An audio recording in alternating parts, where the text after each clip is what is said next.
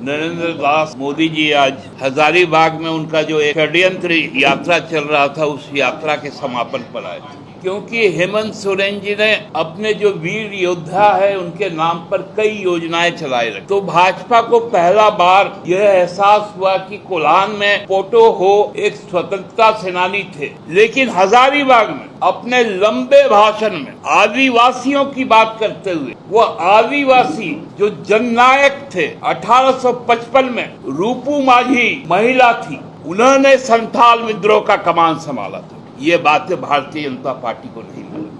आप डरते हैं मोदी जी, आप डरते हैं। आप आदिवासी मूलवासी से डरते हैं। आपका डर दिखाता है वो लोग बताएंगे नहीं, मैं बता रहा हूं। 2001 में इसी बाबूलाल मरांडी जी ने 27% जो ओबीसी का आरक्षण था, और आपके पार्टनर जो भी है आजसू, जो एनडीए का घटक दल है, उन्होंने 27% को घटाकर 14% कर दिया, और हेमंत सरकार ने उसके खिलाफ सदन में 27% आरक्षण का बिल पास किया। जोहार साथियों, 15 दिन के बाद फिर से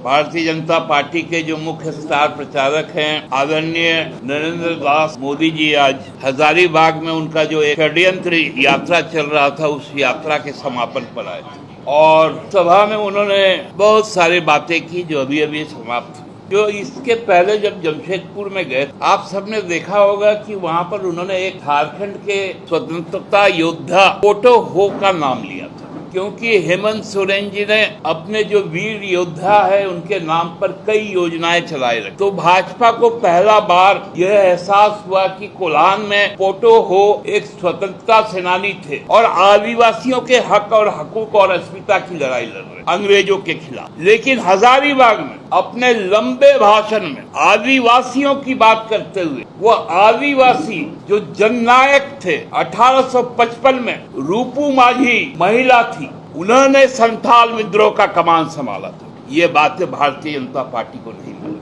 भारतीय जनता पार्टी को यह भी नहीं मालूम है कि 1857 का जो सिपाही विद्रोह हुआ था, उसके नायक हजारीबाग के जयमंगल पांडे थे, जो ब्रिटिश इंडियन आर्मी का डोरंडा कैंटोनमेंट का कमांडिंग अफसर था। ये बातें भाजपा को नहीं मालूम, क्योंकि आजादी की लड़ाई से उनको नहीं मालूम। उनको तो यह भी नहीं मालूम कि इसी हजारीबाग के धरती से सरस्वती देवी पहली महिला स्वतंत्रता सेनानी थी जो 1921 में काराबंद हुई हजारीबाग सेंट्रल जेल में। उनको यह भी नहीं मालूम कि बाबू राम नारायण सिंह जी कौन थे।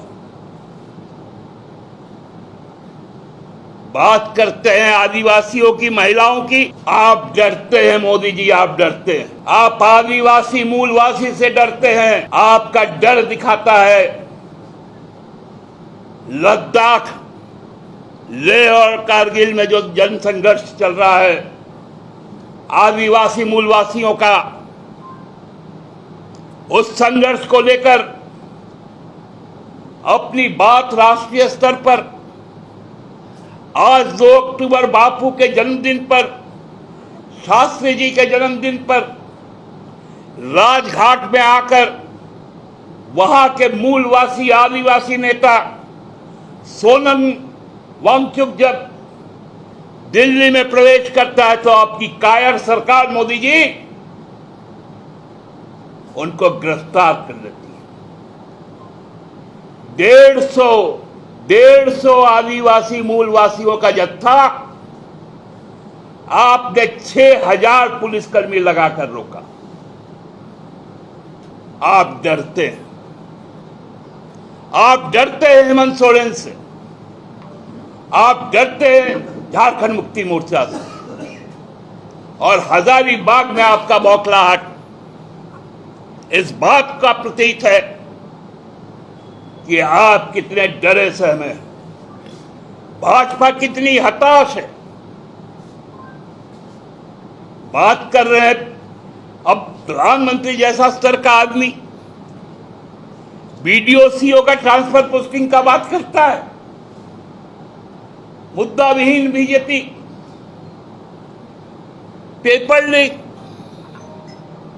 अरे आपके योगी जी के 7 साल के शासन में 17 बार पेपर लीक हुआ और एक भी एग्जाम अभी तक नहीं हो पाया। गुजरात में आपका नीट का पेपर लीक हुआ और जो पेपर लीक का सूत्रधार है व्यापम का, वह आपके बगल में बैठे थे शिवराज सिंह चौहान जी मध्य प्रदेश में। आप बात करते SC ST OBC का आरक्षण समाप्त करके घुसपैठियों को देने का। मोदी जी आपको लोग बताएंगे नहीं, मैं बता रहा हूं। 2001 में इसी बाबूलाल मरांडी जी ने 27% जो OBC का आरक्षण था, और आपके पार्टनर जो भी है आजसू, जो NDA का घटक दल है, उन्होंने 27% को घटाकर 14% कर दिया और हेमंत सरकार ने उसके खिलाफ सदन में 27% आरक्षण का बिल पास किया। आप मूलवासी आदिवासी से डरते हैं, कारगिल लद्दाख लेके 150 आदिवासी से डरते हैं। एक पर्यावरणविद वैज्ञानिक सोनम वांगचुक जब कहता है कि हमारे राज्य में 6th शेड्यूल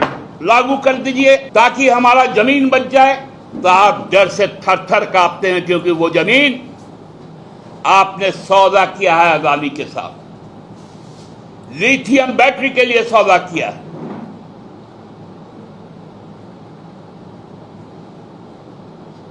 और आप कहते हैं माटी की बात,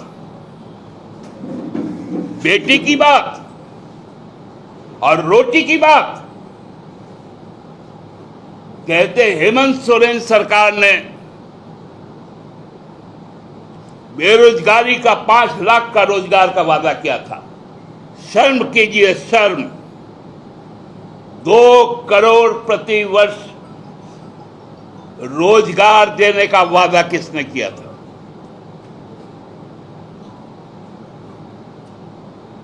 आप कहते हैं कि बैंकों का राष्ट्रीयकरण 40 वर्ष पहले हुआ, थोड़ी भी जानकारी नहीं। 19 जुलाई 1969 को बैंकों का राष्ट्रीयकरण हुआ था। आज 55 साल हो गए और आपने उस 55 साल के बैंकों के राष्ट्रीयकरण को अपने कार्यकाल के 10 सालों में बैंकों तक को बेच दिया। आप जनधन की बात करते हैं, आज पैसा निकालने पर पैसा देना पड़ता है, पैसा रखने पर पैसा देना पड़ता है। किसी को पैसे भेजने से पैसा देना पड़ता है। लूट एक एक क्षण क्षण आप करते हैं। और बात हेमंत सोरेन की करते हैं। डर गए हैं ना? डरना चाहिए।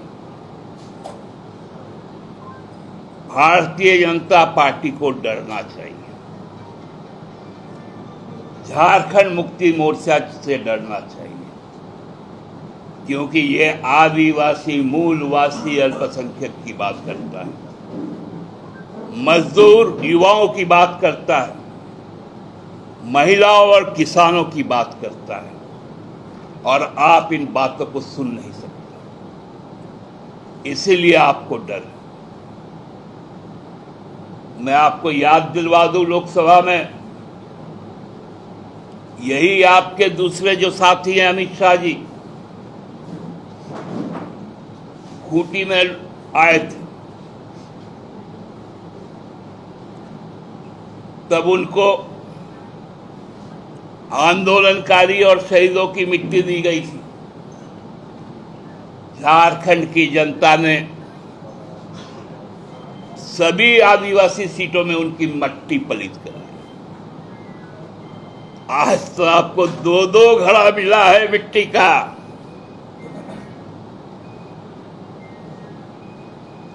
दो घड़ा मिट्टी भरने में तो गड्ढे की खुदाई हुई होगी।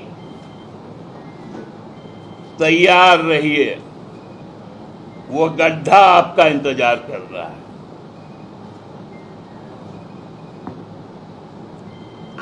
हम लोग आपको इतना तय करके दे देंगे कि प्रधानमंत्री के तौर पर आगामी 5 साल आप जरूर झारखंड आइएगा, लेकिन भाजपा के लिए वोट मांगने अब आप नहीं आ पाइएगा। झारखंड की जनता इसका मन बना चुकी। आपको डेमोग्राफी का चिंता हो रहा है, आपके संगठन का डेमोग्राफी देखिए, राज्य का डेमोग्राफी बाद में देखिएगा। और भाई केंद्र में बैठ करके केंद्र सरकार घंटी बजाती है क्या कि घुसपैठिए बाहर से अंदर आ जाते हैं?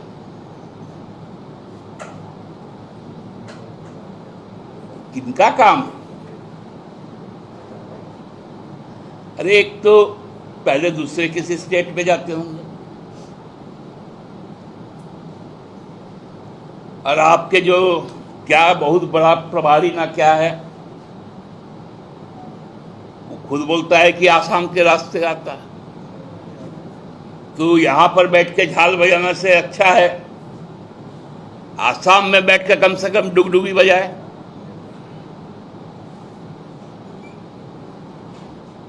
क्या स्तर पर आज चुनाव प्रचार को लेकर गए? बताइए मोदी जी, यूपी में 17 बार क्यों पेपर लीक हुआ? 7 सालों में अभी तक क्यों नहीं सिपाही की बहाली हुई? क्यों नहीं शिक्षकों की बहाली हुई? क्यों नहीं क्लर्कों की बहाली हुई?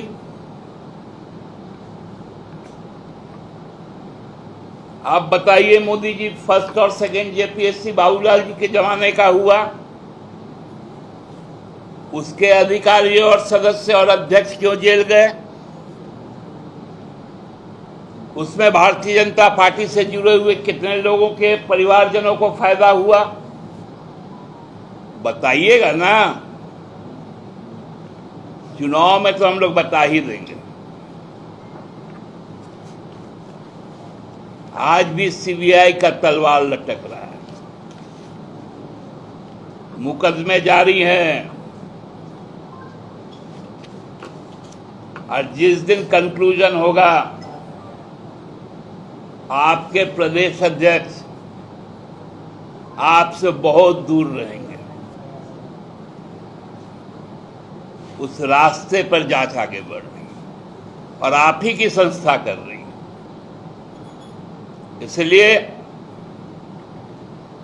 अब पुनः कब उनका वाच सुनने को मिलेगा?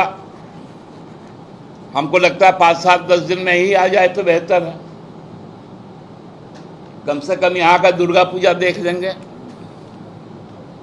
मैं तो विशेष करके अपने जो हमारा इस बार 89th ईयर है हमारे दुर्गोत्सव का, उसके अध्यक्ष होने के नाते आपको आमंत्रित करते हैं कि आप आइए, पूजा पाठ में मन लगाइए।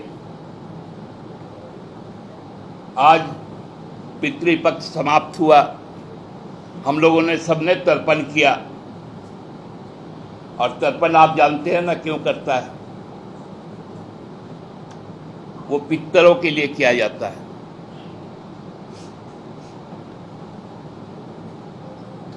और जो उनको जब संतुष्ट कर दिया जाता है, आज हम लोगों ने कर दिया है, उनका आशीर्वाद हमारे साथ है। आप निश्चिंत रहिए, देवी पक्ष के बाद फिर जब कृष्ण पक्ष आएगा तो काली पूजा होगा। यहां महिषासुर का वध होगा इस पक्ष में, और उस पक्ष में भी बहुत सारे राक्षसों का वध होगा। तो जो इस राज्य को जो राक्षसी ताकतें जो देख रही हैं पूंजीपतियों की, झारखंड उसका जनतांत्रिक जवाब देगा। बहुत बहुत धन्यवाद। दादा, पिछले बार जमशेदपुर में जो कार्यक्रम हुआ था तो उसमें आप कहे थे कि जो है आगे समय से भी जो है राजनीतिक कार्यक्रम और सरकारी कार्यक्रम को अलग रखे थे, जबकि आज हजारीबाग में राजनीतिक और सरकारी कार्यक्रम अलग था, तो आज सीएम क्यों नहीं गए? वहाँ तो हमारे मंत्री गए थे, क्योंकि वो शिक्षा विभाग का कार्यक्रम था। तो इसलिए आप देखे हुए कि आज 2 अक्टूबर को हमारे माननीय मुख्यमंत्री, हमारे माननीय राज्यपाल ने अपने देश का प्रधानमंत्री का स्वागत किया। ये हम कभी प्रोटोकॉल से अलग नहीं जाते। मैंने तो कहा कि मोदी जी, आप अपने पार्टी का डेमोग्राफी देखिए कि इतना घुसपैठिए को घुसाइएगा तो स्वाभाविक तौर पे विरोध होगा। कोल्हान के कार्यकर्ता झाल बजा रहे, पलामू के लोग झाल बजाएंगे, संथाल के लोग झाल बजा रहे, कोयलांचल के लोग झाल बजा रहे हैं भाजपा के। तो प्रधानमंत्री जी को और नड्डा जी को ये सब सुनाई नहीं पड़ता है क्या? क्योंकि जो यहाँ बैठा हुआ है आसाम से आके, वो भी तो एक जो भूत बोले थे ना, एक तो पिछले बार भी, इस बार भी भूत बोले, वो भी तो एक भूत है, मैंने भूतपूर्व कांग्रेसी। तो इसलिए इन लोगों को भूत अब बहुत याद आता है। चलिए, धन्यवाद।